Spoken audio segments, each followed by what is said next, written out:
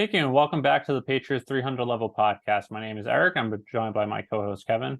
Welcome back for our 56th episode this week after a little off-season hiatus as we review and preview the Patriots 2023 preseason and training camp.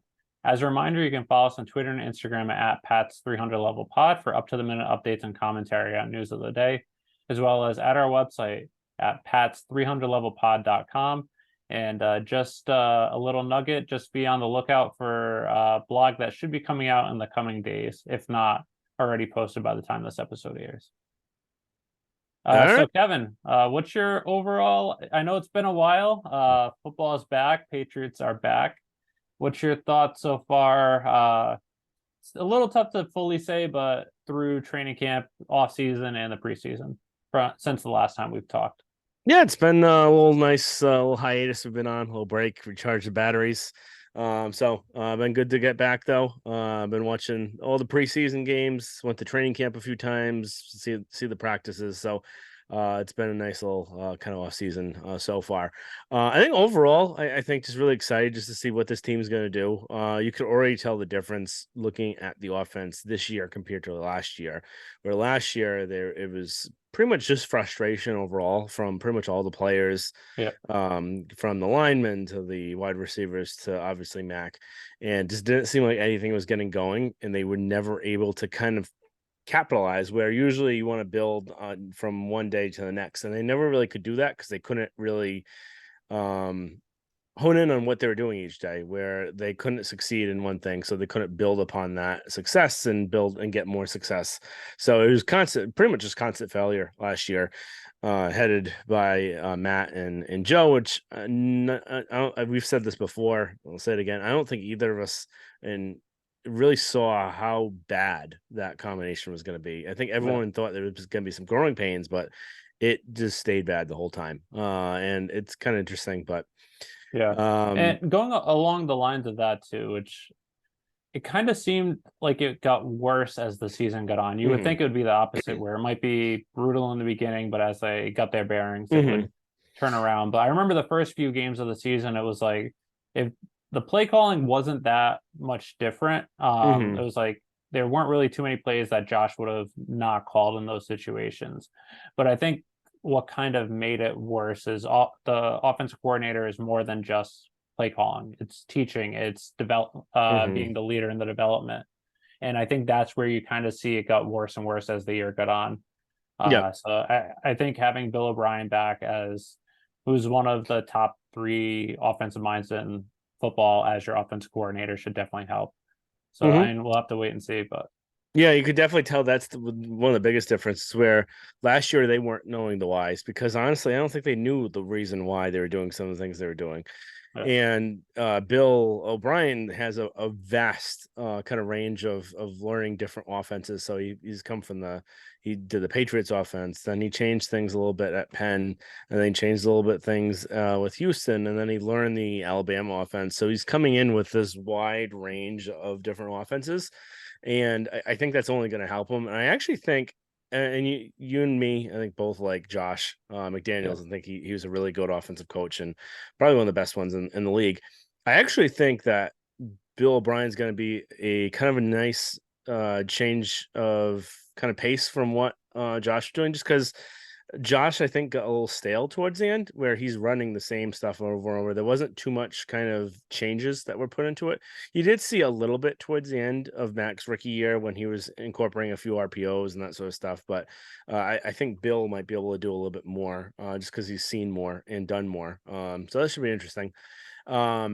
I really like the kind of quote that he had. I don't know if you retweeted or I did, but when he made the comment that being a offensive coordinator isn't rocket science, I think that is a nice little jab to Matty P for really failing since he's technically a rocket scientist. So, and I think one thing difference between O'Brien and McDaniels is most of McDaniel, or pretty much all of McDaniel's success, has come at the benefit of Tom Brady as his quarterback. He had did McDaniels leave after 07 with the perfect season, or was it after 08 with Castle? But anyway, I think he had Castle and then he lost, I think. And Castle did do well, but again, that was a team that was coming off a perfect season. Mhm. But O'Brien has had a lot of success. He had success with Brady, but he also had success in Houston with Brian Hoyer as his starting Mhm. quarterback for the year. Ryan Mallett, rest in peace, as his Mhm. starting quarterback. And that's something that even in Alabama, granted, Bryce Young, I think, is going to be the real deal. But he's had success with multiple quarterbacks. And in Houston, he was able to win the division, granted a different division, Mhm. with Brian Hoyer as his quarterback. And I know some people don't believe in Mac Jones. I know I do, and you are a pretty big believer as well. But Mhm. even Mac Jones might not have to be a top 10, top five quarterback for this offense to have success. And might not win the division considering Buffalo is the elephant in the room, but you might be able to still make it to the playoffs. And then, as we've seen, anything can happen. Tennessee with Ryan Mhm. Tannehill as their quarterback made it all the way to the AFC Championship game. So, having an offensive quarter or offensive mind as good as O'Brien can definitely help this team in this skill set. Yeah, completely agree. And I think before we get on, I forget to put this in the notes, but just jogged my memory of this.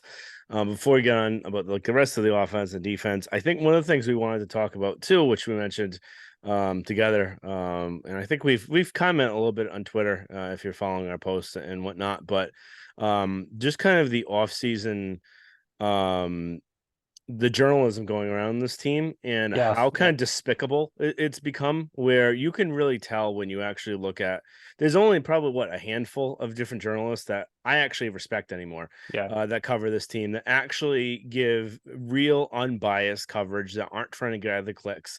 It's getting a little ridiculous. You got Greg Yeah. Bedard out there that he's trying to play hot and cold, trying to basically sound like he's trying to predict whatever.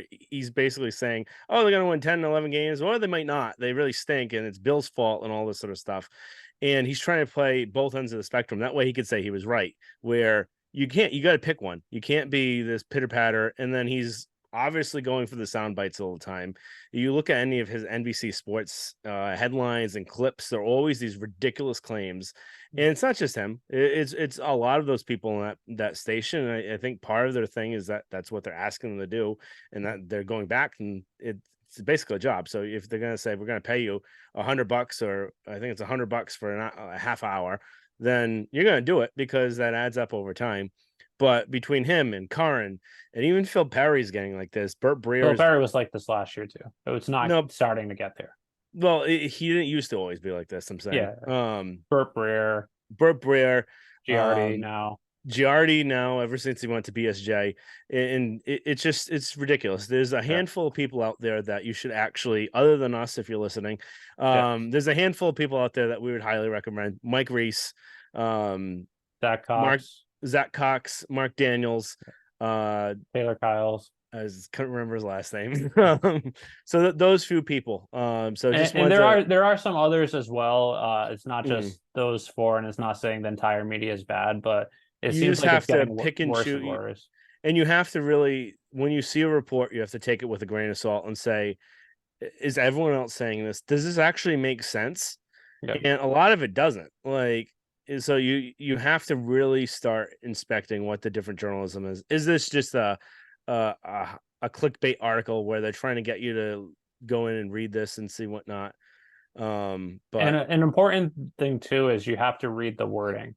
mhm, Where Burt Breer's specialty, and then we saw this with Giardi with some things too, is they have an opinion with that they think is probably the case. But they word it so it seems like it's a report, but they're not actually saying it's a report. And then that gets clicks. It has people like Dov Kleiman like reporting it as a report, even though it's not. So part of it is just reading the wording specifically, and also knowing who the source is of where mhm, it's coming from, and you kind of can assess if it's a real report or not.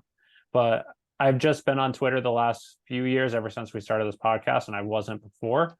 So I don't know if it's just getting worse and worse, and I just wasn't aware of it. Granted, the Patriots were also winning during those time frames, but it just seems like it's getting worse. And part of it is because, like you said, it's a business. The hot takes sell, which is why Colin Cowherd still has a job. People want to be the next Mike Felger and things like that. But it's just as a trying to be as unbiased as possible of a fan of football or just the Patriots in general. It's kind of just so frustrating seeing so many, it's pretty much slanderism of different people, of Mac Jones, of the Patriots in general, how I can't take it. All right. I'm glad I'm on the West Coast and don't have to listen to sports talk radio out on the East Coast. All right. So I'm glad I got that out there. Yep. And we're not the only ones saying this too, where Kirk Minahan was in Boston media and blatantly called out saying that he knows for a fact that Tom Curran and Burt Breer make things up. So and he's worked with them. So just take that also. So it's not just us saying it. It's people that have actually worked with these people, knowing And that Greg they Bedard actually make admitted it into a DM to you too, saying that Yep. the radio and the TV is different than actual reporting. So like the hot takes pretty much sell. Yep. All right, moving on. Other than kind of just the overall feeling with the offense feeling a lot better. One recent news I don't think we've been able to hit on since we've been back. Well, because we were off, was Patriots signing Zeke Elliott. I think it was a really low risk signing. There's not really too much money guaranteed with him. And what are your kind of thoughts on that? A lot of people like to talk about it. He's a big name, but honestly, he's a running back, so what does it really matter? So Yeah, no, I think it's a good signing, a good depth piece. I don't think he's going to be the Zeke Elliott from 4 or 5 years ago, where he's an all-pro rushing for 1,600 yards and 15 to 20 touchdowns. I think what we saw last year, especially when the signing came out and you saw that it was reported up to 6 million and people were freaking out because Damian Harris signed for 1.6. You and me both like Damian Harris. We like his style of running, but as we've seen, he can't stay healthy. He can't stay on the field. And because of that, you can't depend on him. And last year, as the season went on, when he was out with like a pulled hamstring or whatever it is, Mondre was getting 99, 100% of the snaps. And it kind of got to him as the season went on. We saw 3 of his 4 fumbles came in the last 3 weeks. He was starting to get more drops. So having a different running back who has a similar style to him, even though he is getting older, is going to help spot Mondre so he's able to be the player he is and possibly even take that next step of being a top 5 running back this year. I want to bet on it being a fantasy owner just because of how the Patriots, they play the matchups. He might get run for 160 yards, 3 touchdowns one week, and then only have 5 carries the next. But I think Zeke having a similar style, still being productive last year, running for almost 1,000 yards and over, I think he had 12 touchdowns last year. So he might not be the same, but also not having to have that workload as well can keep Zeke fresh. So when he does come in the game, he's able to be productive. But in addition to that, he's also a very good blocker, which is key in the Patriots system, especially on 3rd down. So he can catch the ball out of the backfield, but he can also pick up blitzes and help Mac, especially considering we'll get to this a little later, but one of the issues last year and so far this year has been the offensive line. So I really like it. Like you said, it's a low risk, high reward, not a lot of money, especially for a running back, but it helps give them depth that they pretty much needed at that position, considering their other 2 players were rookies last year. Yep. Yeah. So I think that you probably pretty much hit everything on the head with that. Not really much I would disagree with. Not really anything I disagree with. Not really much for me to add. Anything else on the offense you want to really discuss? We really mentioned Bill O'Brien being back, the wide receivers being a lot more comfortable than they were last year. I think the rookie class will get into it a little bit. So we can kind of skip over them for now. And Mac just looking a lot more comfortable, looking kind of like he's taking that step forward from year one, where basically I think I feel like the Patriots coaches are probably doing the same thing where they're just kind of throwing out last year, where everyone has a clean slate. Everything's going to be a continuation from the year before for everyone that was on this team. So you're seeing that with Bourne, you're seeing that with Mac, you're seeing that with pretty much anyone that's on the team before. It looks like they're taking that next step forward on offense. Yeah, no, I agree with that completely. And I know a lot of people were hoping that they would go out and get a number 1 wide receiver. There weren't really any number 1 wide receivers out there. The top 2 on the free agent market was Juju, who they ended up getting, and then Jacoby Myers, who they let go, which you can argue for or against if Juju's better than Jacoby. But other than that, you're either trading a lot of capital for a young wide receiver who's going to be getting paid a lot of money, or you're taking a risk on someone like DeAndre Hopkins, who has missed some games the last couple of years. It still was very productive when he came back from his suspension last year. But again, he is getting older, so you don't really know what you're going to be getting, especially with the money he got paid. So I know a lot of people were hoping for more acquisitions, but you did, like you said, you're hoping that the wide receivers you already have take that next step. You added Mike Gesicki, who's essentially a giant slot receiver, and then the rookies that you've got who are pretty much low risk, potentially high reward, and so far panning out. We don't know if that'll actually translate to the season. We've seen that before with some training camp people that once the season comes along, playing against number ones, they don't really make it. But we'll have to see. Yep. And I think the other thing to really hit on with, because I don't think we had a podcast since the Hopkins news broke, Yeah. was just, and we've talked about this and tweeted about before, where we weren't like fully high on signing Hopkins. It would be fine if they got him, but it wasn't something we're clamoring saying they need to do this, they need to get number one, because Yeah. their whole problem last year was speed and quickness and getting off the line and getting open quick, and that's not something that he's known for. So, and he's 31 years old, like you said. He's not fast, particularly to begin with right now. What is he going to look like once you start slowing down? So is that really worth how much that they're going to be paying? Where you have Parker, which he's not the same wide receiver as Hopkins, but he's getting paid what, a third, a quarter of what Hopkins is getting? Is he really getting a third or a quarter of the production? No, he's probably like maybe a 60-70% of what Hopkins would give you. So the value there, they could say, is the value is much better at Parker, and then have Yeah. everyone else improve. The other thing, what was I gonna say? I'm pulling Rick Perry here. That's a name from the past. All right, let's go on to the defense. Something else popped in my head. But the other thing that I was gonna say was, you had mentioned trading for a young wide receiver. There was no wide receiver available, as we saw Yeah. this year. There's no one you could trade for, where usually every year, besides this year, there was somebody that you could trade for. Which, granted, in the previous years, you didn't hear their names come across as being on the trade block, like AJ Mhm, Brown, you didn't know, Hollywood Brown, you didn't know. mhm. So you could always inquire about that, but we didn't see any. Like I think what the point you're trying to get at is we didn't Is see I any think if young wide someone was receiver traded. available and was traded, that it would have happened somewhere. Yeah, So it may yeah, not be that the Patriots, it may have been someone else, but the fact that no one was able to trade for one means either the asking price was so ridiculous that no one wanted to do it, or just no one was available that was good enough in the same that there was no Adams or Hill or Diggs or any of yeah, those type of wide receivers that have lately been available. They weren't available this year, and that's really who you really need to target if you're going to target to get someone. And you could say Jerry Jeudy maybe was, but even at that, was he even available when Sean Payton took over? yeah. And Is if it worth is he worth the price that you would have had to give up for someone Mhm, whose production hasn't matched that? His yeah, potential matches that, mhm. but his And what production so happens far has if not. and what happens if Sean Payton says, I really like this guy, and I think Yeah, he's been underused. Why am I going to give him up? yeah, So if he is willing to give him up, maybe there is a problem with him. So um, that's just the other thing. All right, going into defense, I think there's not really much to cover this. It's pretty much a continuation from last year with improvements, I would say. yeah, I think they're looking even better than they did last year. I think they're going yeah, to be a top 5 defense. You could say even top 3, top 2.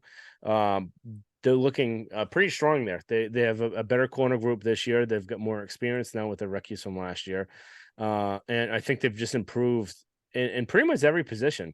You look at the rookies that they have. They finally have with Mapu a quick linebacker and who could play all over the place. He could play linebacker, he could yeah. play edge, he could play corner, he could play safety, he could play pretty much anywhere.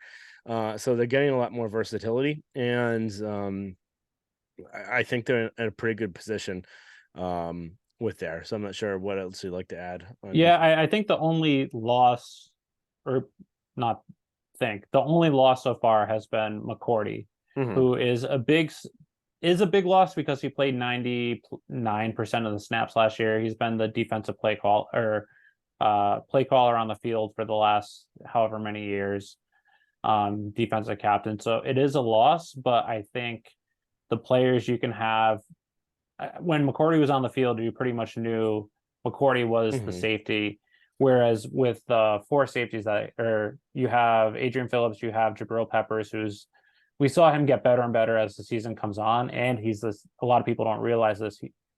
People really like Kyle Duggar. He's the same age as Kyle Duggar, but you have Peppers, you have Duggar, you have Phillips, and probably Jalen Mills all playing the safety Hmm. role, and quarterbacks won't really know who's playing where. It gives the defense a lot more flexibility, a Hmm. lot more disguise in their scheme, which I think could help them. So it definitely is a loss with McCourty, but it might actually turn into a strength for them with that.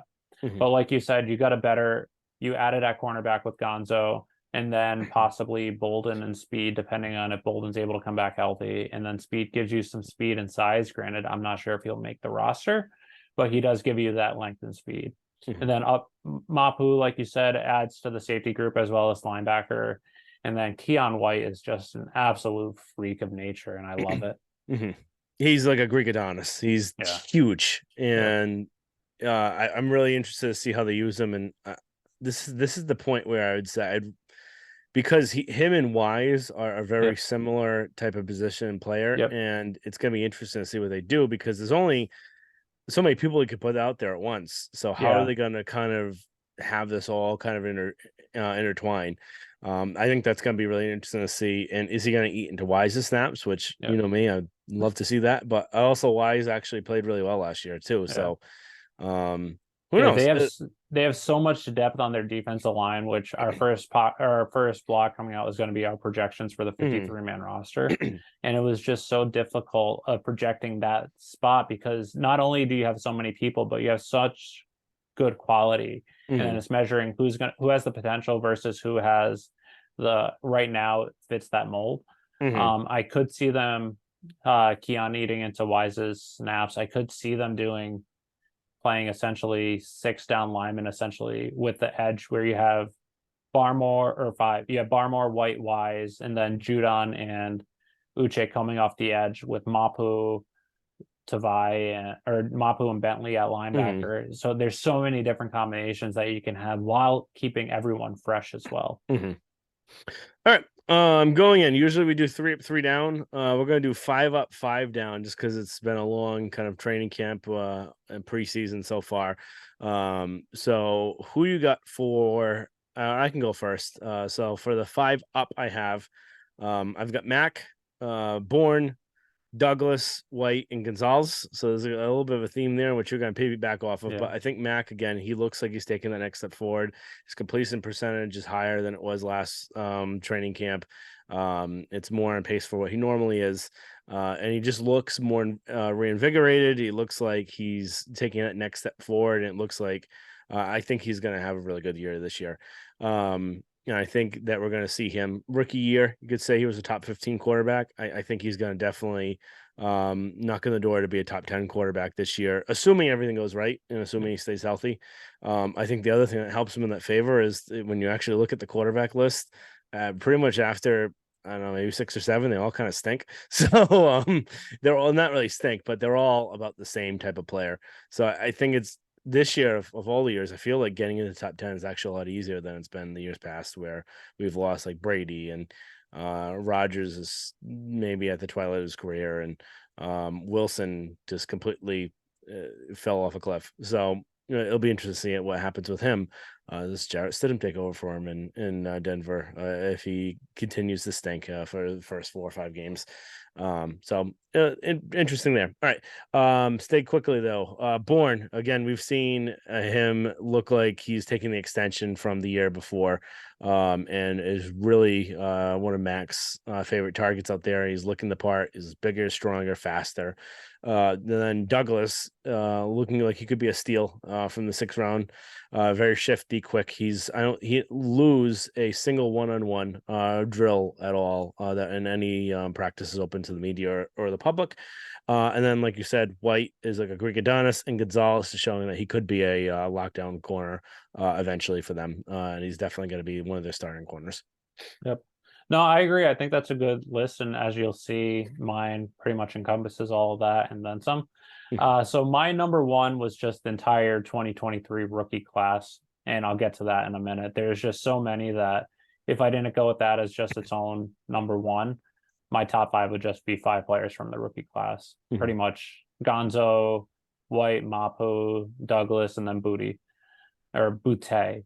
Number 2 he is said Booty. I'm not sure the actual pronunciation, but that's what he said when they asked him at LSU. Okay. Number 2, Mac, like you said, pretty much everything. Last year going into the season, we highlighted the fact that a lot of rookie quarterbacks year 2 is we see them either take that next step or they plateau. I think Mac is in a little bit of a different situation this year just because of the whole situation he had last year with Patricia. And this is really going to be his make it or break it year where can he take that next step? I think he can. I've been high on him since he was at Bama. But also we've seen him make some throws in training camp that he wasn't able to make his rookie year and even last year. He's added some velocity, he's added some arm strength, and then his decision making has been getting better too. At least in camp so far. We'll see if it really translates when the season comes along. But so far, he's been really good. Born pretty much everything you said. Parker has had a good camp. He's had a lot of good catches, some contested balls, and he could be that jump ball end zone threat that they were kind of forcing last year. But if the whole offense is running on all cylinders, you don't have to force it. If it's there, it's there. If it's not, you go another avenue. But just going back to the rookie class, since I pretty much listed the other three players, I just went with four up, but pretty much everything you said with Gonzo. White has been really good. Mapu's all over the place. Booty is showing that why he was a potential top 10 talent when he was at LSU, why he has the record for fastest to 100 receptions in LSU history. And that's impressive considering Justin Jefferson, Jamar Chase, and Odell Beckham all went to LSU. Douglas has been very shifty, very elusive, and he could be. I know he's pretty much playing the role that you were hoping Marcus Jones would play on offense this year, Yep. where he gives you some shiftiness, can be possibly the slot receiver.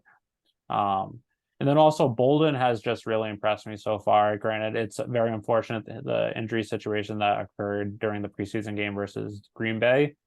It looks like it's at least encouraging the news, not as severe as it looked like on the field. But again, with concussions, you never know the timetable. He could be out all year. It could be something that he could come back in a few weeks. So we'll just have to wait and see on him. And then it's just all the people in the middle. They added some depth on the offensive line. Haven't really been as promising as we would have seen. But again, with some offensive linemen, it takes a couple of years. Some they're able to fill in right away. So we'll have to wait and see. And then Ryland and the punter, Barringer, Yep. have been encouraging so far. You never know again with those positions when the season comes along. But overall, just very impressive rookie class. And they have the potential to really, if they hit on those 4 or 5 of those players, if they end up being the players that they've shown so far in camp, this draft class can really set this franchise forward for years to come. All right. So 5 down. I don't think this one actually have 5 either. But I have 4 it's for this. basically one of them's a pretty big one. So For 3. I've got the offensive line health and depth because it's kind of a combination one where the health goes into the depth. Ty Montgomery, Perkins, Guy, and Tyquan Thornton. So again, O-line health and depth. We haven't really seen the full starting offensive line yet, just because no one's been healthy enough. One who's still on PUP. Strange hasn't played since he hurt his knee. And then Trent Brown just came back recently. So getting them into a rhythm has been a little bit tough. And we've seen it with in the preseason games. They've been pretty horrendous. So there's still some time to get them back. And of course, Strange is definitely going to probably play. One who seems like it's tracking closer that he might be able to. And then Trent with getting some more reps, it should somewhat help. So it has the potential to be fine, and especially with the new coaching that they have, and then some of the rookie players. But it is just a little concerning that how poor they've looked. But a lot of teams have looked poor so far. Yeah. I'm gonna just jump in just since O-line was my number one as well, just to go back to back on this. It definitely is a concern, especially at the tackle position, and at you need tackles to just pretty much run your offense. We'll have to see with Trent Brown coming back. It looks like he's been getting better, starting to get into football shape and being that offensive tackle that they traded for. Riley Reef actually played. They shifted him into guard the last game. If Michael Onwenu is going to be out for a little while, that might be encouraging if Reef can take his place. But it just depends on who can be that right tackle. If Onwenu is going to be out for a while, it might have to be I don't know. It might be McDermott. It might be Bill Murray who played there. It Mhm. might be Struber. It might be City Sow. So we'll have to wait and see. Or if Onwenu comes back, shift him out to right tackle again, where he played a couple years ago and was an all pro caliber right tackle. He didn't get all pro, but that might be your best offensive line combination with Onwenu at tackle, which we were saying last year too. But Mhm. just given the offensive line depth, it didn't work out. But they do have good depth based on the at least on paper with the Mhm. players they drafted. But again, you don't really know how those players are going to be in game situations, especially going from the college game to the NFL. So we'll have to wait and see on that. It definitely is a concern though. Right. Next one, I got Ty Montgomery. It's just that it's just frustrating with him because he looks the part. He's quick. It looks like he'd be that nice receiving back for them, and he just can't stay healthy. It's the second year where he's gotten hurt, and he hasn't been out for a while now. And part of it, I think, is maybe is he too big? Like he's too muscular because he is jacked. So I wonder if that's the case. And but that's just a little frustrating for me. Perkins, the same thing, where he was a third round draft pick 2 years ago, was hurt last year, or hurt again this year. You're not going to see the field if you don't play. So Yeah. if he can't stay healthy, he's not going to make the team. So there's going to be another year in IR. They're just going to cut him. What are they going to do with him? But he had a lot of potential coming out, and not really seeing anything for it. Lawrence Guy, this is just really a subtle thing with me where I didn't like this holdout because he was actually probably one of the surprise cuts on there. And why is he trying to hold out for more money where he's probably not going to get it? And he's on the kind of the end of his career. And I would have been more likely to see like a retirement rather than a holdout, which I thought was kind of odd. And he was kind of pushed back last game. It was on 1 or 2 plays. So I don't think anything too concerning, but just one thing to throw out there. And then again, injury wise, Tyquan Thornton, he can't stay healthy. And we've seen that now twice where he starts to do really well and then he gets hurt. So hopefully it's not anything too long and it lingers, but we'll have to see on that. Yeah, I think those are all good picks. For me, my number two is Taekwon, and just jumping on what you're saying is he just can't seem to stay healthy. Last year in training camp, he really looked like he was the part. He looked like he could be the finally the hit that the Patriots have on a top four, top three round wide receiver. And then he got hurt, and that kind of set him back his whole rookie year. And then this year, he's kind of started off the spring pretty well too, and then he got hurt again, and now he's just not making that next step. And then he's getting jumped on the depth chart, it seems, by Demario Douglas and then possibly Booty as well. Mhm. And I think they'll possibly put him. I think they'll carry six wide receivers. I think there's no way that they're going to let Booty and Douglas go. And with the contract situations of Parker and Juju, they're not getting rid of them. And with Bourne's emergence, I don't think they're trading him. So it just depends on, are they going to either carry six? Are they going to put Taekwon on IR? Or maybe Taekwon could even be a surprise cut. I don't think so, considering the crapshoot that he was in last year. I think they'd want to give him one more year to develop, but I wouldn't be shocked if Taekwon's cut, to be honest, just considering the other players around them and his injury concern. And then, uh, Oh, I was we're just gonna gonna say, say I can't envision a scenario where they would cut him. I think the worst case scenario would be that they would just IR him yeah, even before the cut down. That way his whole season's lost. But I yeah, wouldn't see them cutting him. But I would more likely see them carrying him into after cut down day and then IRing him for 4 weeks, yeah. which I think is more likely. I could see that too, which I think I was kind of having this issue when I was doing the roster projections is you don't have as many players this year that you could are veterans that would cut but would be bring back, where before it was Nick Falk or Brian Hoyer, James Ferentz. You don't really have many that are in that position where they'd be cut and then coming back on the team. Most of those players, if they're going to be cut, they're going onto the practice squad. So I'm sure you can find one or two players that you can do it with. But that is one of the issues where you don't have as many of those veterans that are cut, then no one else is going to sign and then bring back or things like that. So I also don't think he's going to get cut, but I wouldn't be shocked. Is just the point I was trying to make. Okay. And then my third down is, and just last one is just the 2022 rookie running backs, with Strong and Harris, where last year there was pretty much a redshirt year for both of them. They played a little bit the last couple of games of the season, especially when Damian Harris went down. Mm-hmm. But usually we've seen that in the past, and then they take that next step forward year two. I was really envisioning Strong being that third down running back, especially considering his speed, his ability to do that at, I believe it was South Dakota State where he went to college. Mm-hmm. So far for both him and Harris, they haven't really stepped up yet this training camp and preseason. Part of it is just given the the offensive line situation where there were some practices where you didn't have a single first team player practicing, first team offensive line player, and also with the tackle situations as well. But a counterpoint to that is you also, if you want to be a running back in the NFL, you also don't want to be someone that if there's no hole in front of you, you're not going to go anywhere. Sometimes you have to make yards on your own. And it's still early. I still have faith in at least Strong considering his speed, and then Kevin Harris as well. But I just really would like to see more from them. And that's all I had.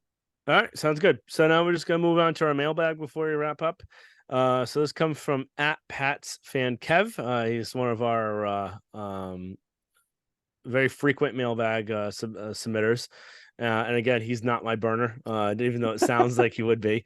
So his question: do you think Mondre will get a long-term deal if he has another solid season, or will Bill Belichick continue to draft and move on from running backs? I think this one is just a little tricky. Usually, I would have a clear-cut answer, but the fact that Bill kind of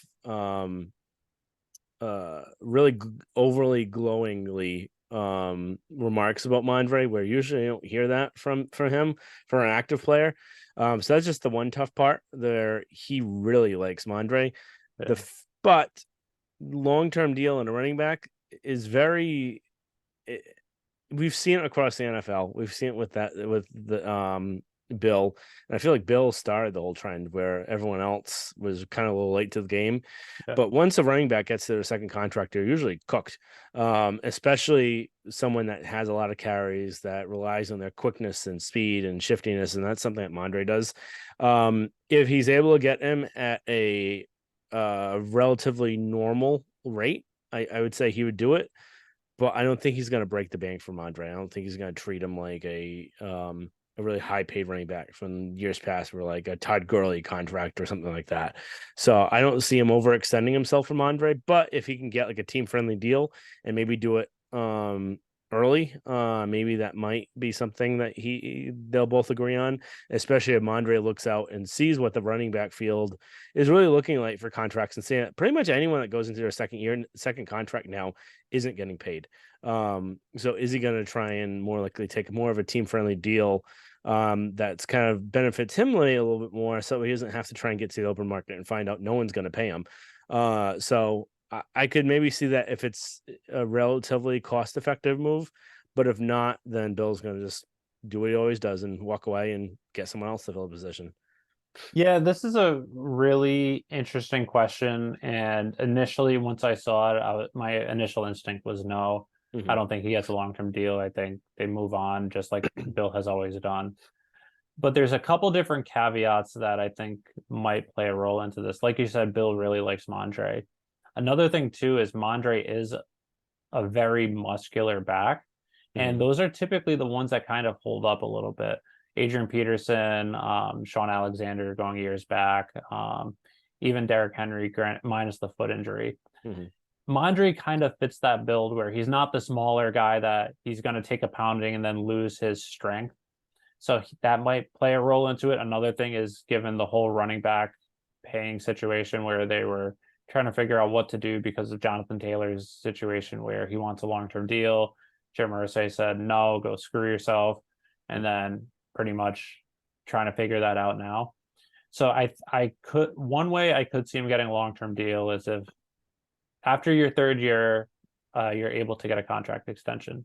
Bill could essentially say, we'll sign you to a 3-year deal. So instead of signing you to a 5-year deal after year 4, year 5, we'll sign you to a 3-year deal at not top of the market, but near top of the market. So you get that money, you can get your contract 2 years earlier than you would if you go to free agency.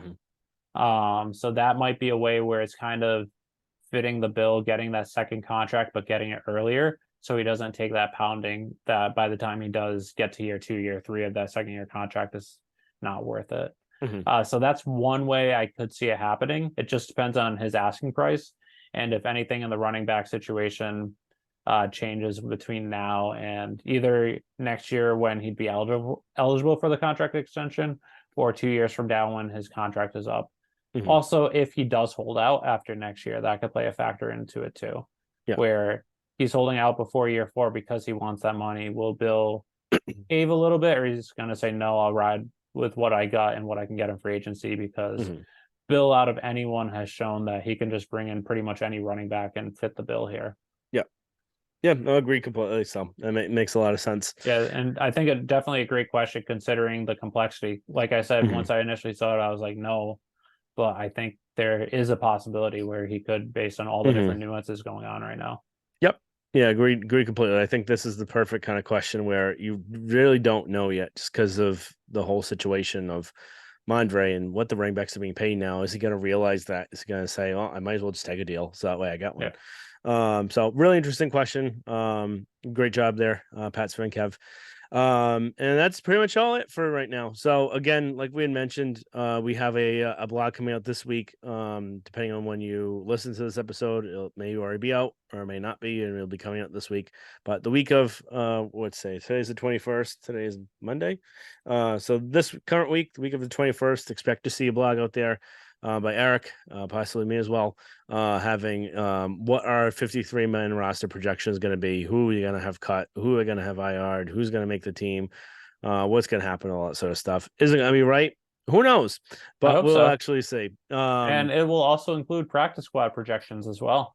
All right, so that'll be interesting. So again, you're gonna catch that at pats300levelpod.com, and again, follow us on Instagram and Twitter at pats300levelpod. Pat's 300 level pod, and then subscribe, rate, and review on Apple, Spotify, Twitter, anywhere you consume your podcast, YouTube as well. Smash that like button and the subscribe button for that. So thank you very much. We'll be back at this again. Hopefully have a weekly podcast again after this kind of hiatus we had. So we'll break down next kind of what the kind of cut downs look like, our preview for the upcoming 2023 season. We'll hopefully have a nice special guest that we're working on currently right now. So we'll have that when that comes, and then we'll get into the kind of the week by week cadence that we had last year, previewing upcoming games, reviewing what happened, so whatnot. All right, so thank you very much, and look forward to talking to you guys next time.